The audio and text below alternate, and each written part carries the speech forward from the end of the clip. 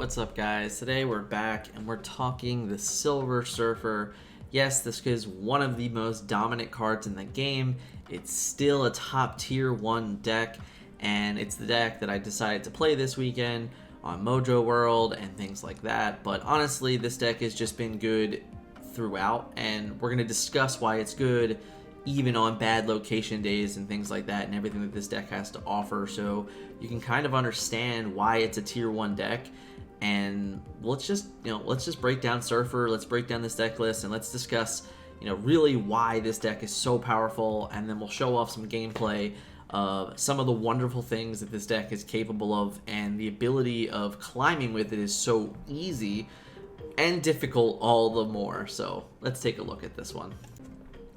Calling the Surfer 2.0 mostly because earlier in the season we were playing the Surf to the Moon deck, which is a very fun deck. It's a very powerful deck. It has a high risk, high reward factor in the Surfer mirrors. Your ability to have multiple Surfers can absolutely win you games, but your overall gameplay against the meta could be worse because you're trying to do things that are too cute and you're clunking up your deck here and there. So yeah, there's definitely different things to it. The recent changes that I've had, this is a deck that I played all weekend. I've tried Nakia out a little bit. You might see some gameplay without Nakia. There might have been something else in there.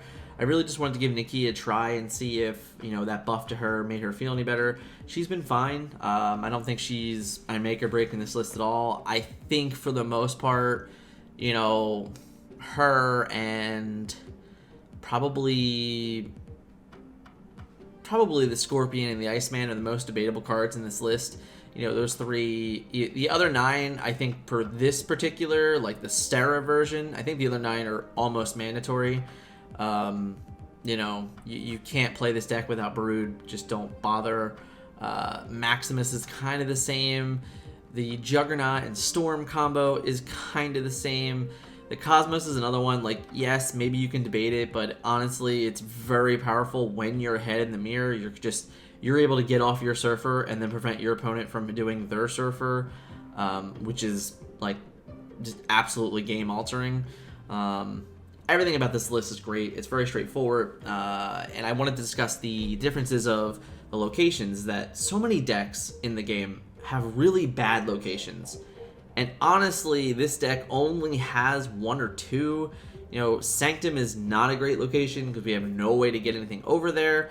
So that can be really difficult. We're kind of just like out on that one. And then Crimson Cosmos is the other really bad location. You have Sera, and then you have to absolutely win the other 2 lanes. So that one can also be really rough.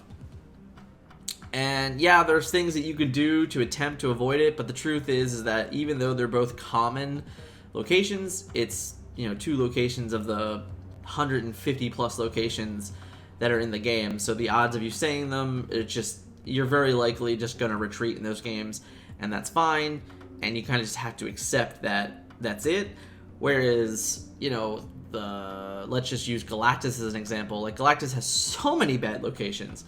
The same thing, Crimson Cosmos isn't great for it because it means you have to play your Galactus on that location, which is great and all, but at the same time, it just it forces you to have to go to somewhere that if your opponent identifies that you're a Galactus deck, they can help play around that. Any location that spits out dudes is bad for Galactus. Anything that says you can only have 1 card here can be bad for Galactus. Like, there's just so many locations that are so dangerous for Galactus that it's the reason why it'll probably never be a tier 1 deck, because it's just the RNG in the game is so hard to overcome sometimes.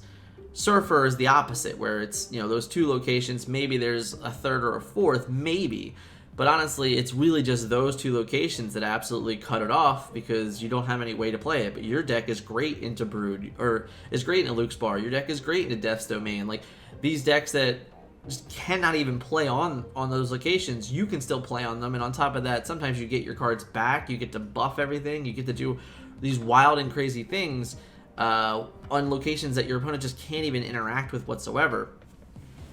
And yes, sometimes you're going to lose, and sometimes you're going to be overconfident, and that's great. But the one thing this deck does so wonderful is that it's almost always in the game, and it's always threatening Silver Surfer. So even sometimes when you don't have it, your opponent just has to put you on it, and if they have to put you on it, they have to retreat sometimes, and that just kind of gives you free cubes. As someone that plays a lot of mid-range and control decks very often, it's such a very different taste to play a Surfer deck, and that's because I'm never really used to winning 8 cubes. So it's difficult for me to even sometimes pull the trigger because I'm not sure if it's ever actually good enough, which is even crazy and remarkable in itself. But this deck is very, very good at 8 cubes. So because when you're in these games with these 8 cubes at line, you have to do this math. Like, you have to be sure that you're going to win certain locations. Because if your opponent's going to stay in, that means they have a way to win and they think they can win, or they're putting you on not having Surfer. So you need to be able to very quickly calculate the numbers, which sometimes the power you can put out on turn 6 is unbelievable when you have Sera. Especially like if you didn't have Brood out in play yet, and I do think that it's a trial and error thing, is that once you play the deck enough times, you understand immediately, like, okay, Brood is 15. Like, if you understand that Brood's 15, that calculates math out right away. If you understand that, Maximus is always 10, which is easy, but like sometimes the math on like a Wolfsbane, which is what normally I was playing over Nakia for most of the day or most of the weekend, that math is like, okay, I need to be able to figure that out quickly. The problem that I was having with Wolfsbane was that I had to play her at the end of the game, or she felt like lackluster, which is why I wanted to play Nakia, because honestly I felt that I didn't have cards that I wanted to play on 3 enough. So like, yeah, I always want to play Storm on 3, or I want to play Juggernaut on 3 and things like that, but I don't always want to play Wolfbane on 3. So if I play Nakia on 3, Nakia has the ability to buff my other cards and still be a 2 power and a 3 cost character, so it's not like this awful thing because you're getting that extra 2 power twice on other cards. Especially if you can, get lucky and fortunate and hit Brood with it, then Brood is becoming, a 12 plus 9, which is a 21. So like your Brood is just 21 power on its own, which is unbelievable numbers, but nonetheless, yeah. So there's things that the more you play, the more fluent you get with the deck, you understand that the numbers kind of come quicker, but it can be a little bit overwhelming when you're first starting out with this deck to try and figure out those numbers on a turn 6 when you're like, okay, I need this to win. I need to be able to be sure that I'm playing this out correctly. There's plenty of times where you're in this 50-50 situation that you might be able to make actually more into like a 60-40 just by being able to calculate your numbers as quickly as possible. 60 seconds goes real fast if you don't have the plan. So you want to have a plan by like turn 3 or turn 4 of how you're going to play out the rest of the game. This way you're not flustered on turn 6 with this deck. So let's check out some gameplay with it, and then we'll come back and we'll discuss kind of all the different things that you can do with Surfer in the in the closing. All right, as we get in the first game here, you guys can see first location, Crimson Cosmos, worst location in the entire game for our deck. All of your cards cost 1 to 3. It's real bad. It's real bad. But we got lucky. We had Los Diablos base pop up. If we're lucky, we'll be able to have it blow up Crimson Cosmos, and that way we'll be able to play over there. This is a really tight play for us. Having Polaris here attempt to trade for his 1 and his 2 in some ways is helping us catch up in the game, but in others it's not necessarily.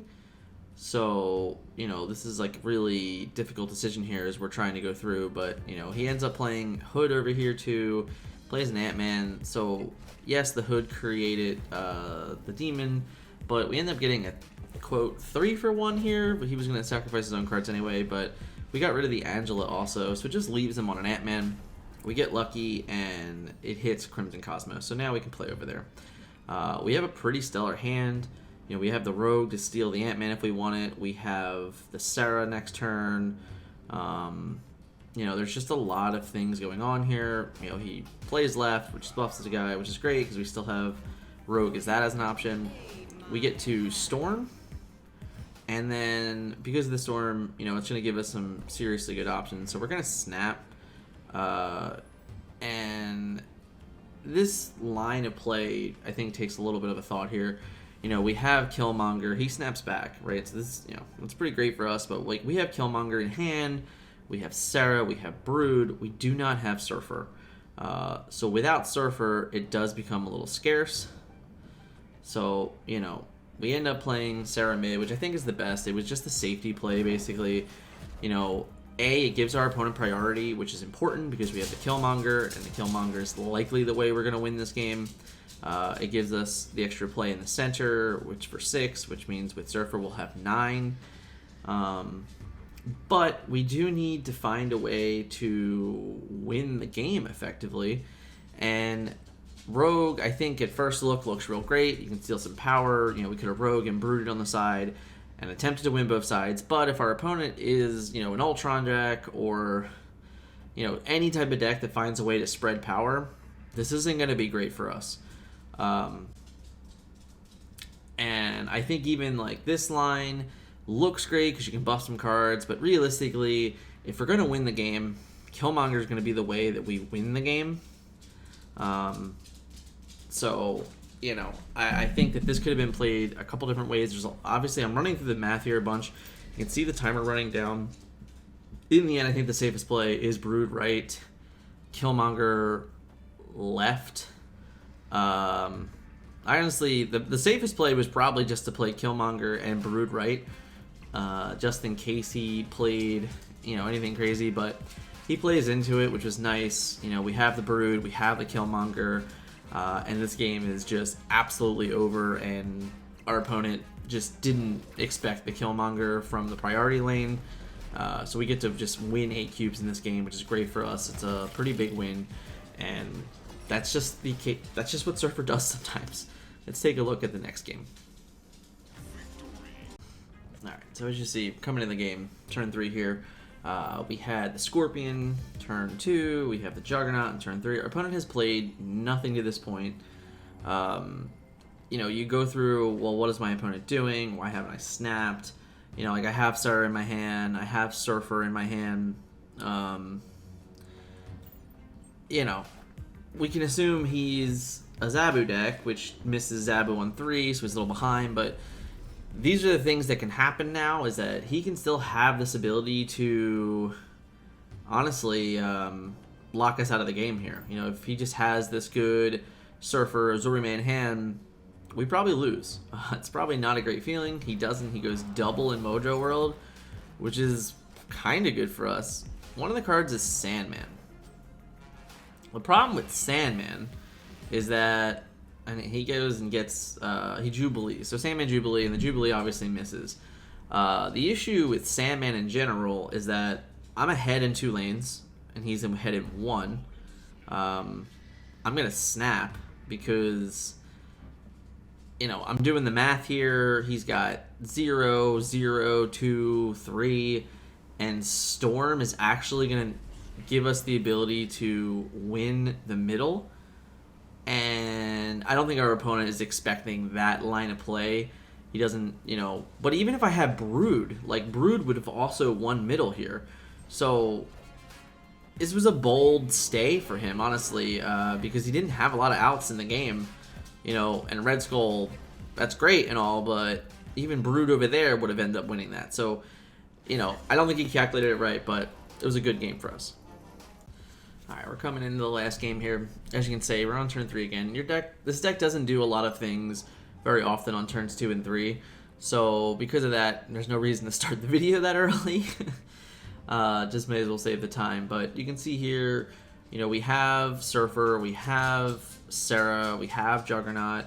Honestly, you should be, if you have, like, Surfer and Sera, you should probably always just be snapping. I might have been playing a little too close to the chest, I would say. This was the really These videos were recorded over 2.5 hours, and there was a lot of ups and downs of the games. These are some of the best of the games, and you can see the different lines of play here. He gives me a hood, which is whatever. We're going to have Storm, we're going to have Juggernaut, and that's going to be, it should be enough power to win the left with the Surfer. And, next turn we're going to have Sera, and then we have three big, we have the kind of the trifecta of the Polaris, Maximus, and Wolfsbane, along with the Surfer to kind of just win the game. So any combination of those cards have the ability to win us the game. And, we snap. He gets a demon, copy the demon, that's great. He gets Luke Cage, that's also pretty good. So we took Luke Cage over there. He can't have any negatives, so he's winning 2 lanes. Now, obviously, this is very much the toxic list that's been going around, where he's going to have Luke Cage, he's going to have Hazmat and things like that. So what we want to really do, what it's really important for us to do, is to make sure that we stay behind, because we want our last turn of the game to happen after his turn to make his Hazmats obviously worse. So like, he has 4 characters in play, we have 5 characters in play. We have 3 on the left, which is bad because he's winning that race for Hazmat. And then he has 2 in the mid, we have 0 in the mid, and he has 1 on the right, and we have 1 on the right. So right now, we're actually in a pretty good position for this Hazmat play, if that's the line he's gonna take. And then on top of that, we're gonna play, a big Maximus in the center as a chance to, potentially give us the win in the center. We think about Polaris here.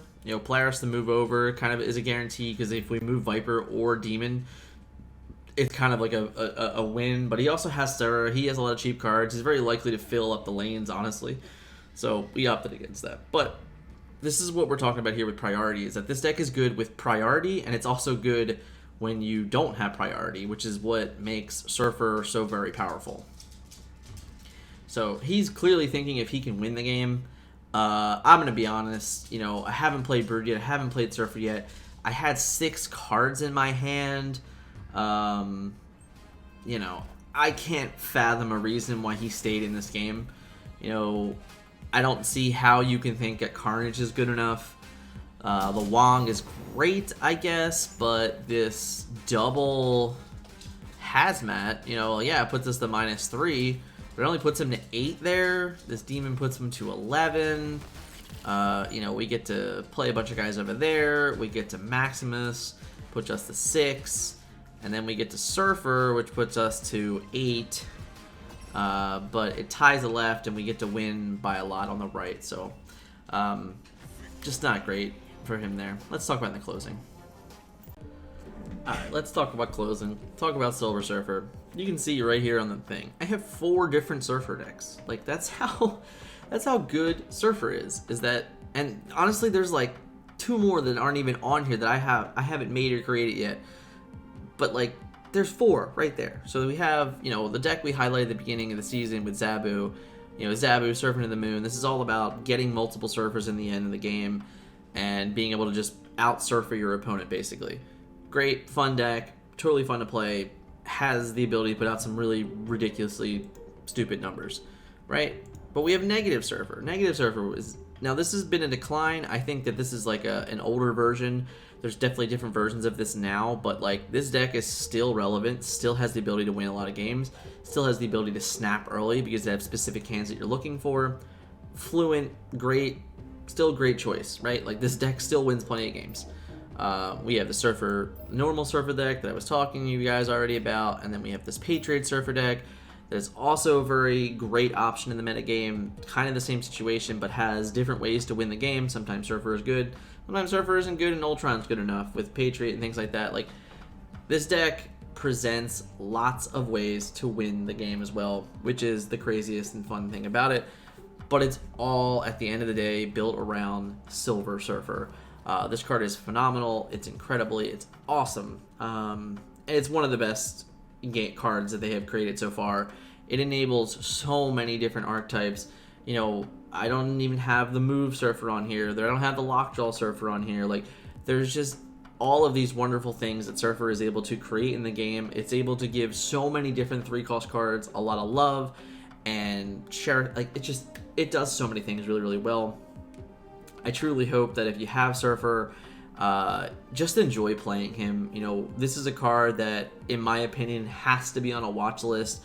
Yes, it's a 3-0, but the ability to give all of your 3-cost cards plus 3 power is it's definitely got to be on the watch list. Like, it's such a powerful effect. It's such a warping effect. It kind of nullifies a lot of turn 6 plays.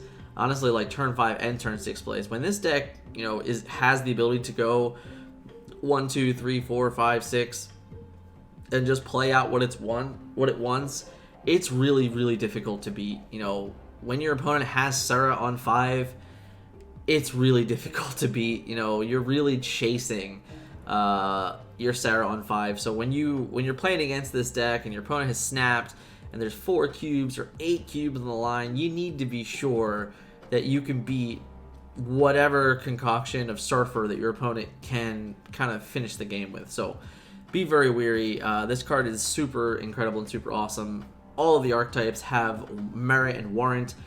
I'm not going to sit here and tell you what is the best one overall, because honestly, depending on the metagame and what you're playing that day, any one of these could be the best on a given day. So all in all, I hope you guys enjoyed this. If you made it this far into the video, please hit that like button. If you're not, hit that subscribe button. We're still trying to work towards our final goal of the month. And of course, as always, leave me a comment with your favorite Surfer deck. You know, this guy's awesome. He really does create so much play for so many different cards in the game, specifically 3-cost cards. But hey, what's your favorite Surfer combination? Let me know in the comments. And we'll catch you guys in the next one. See ya.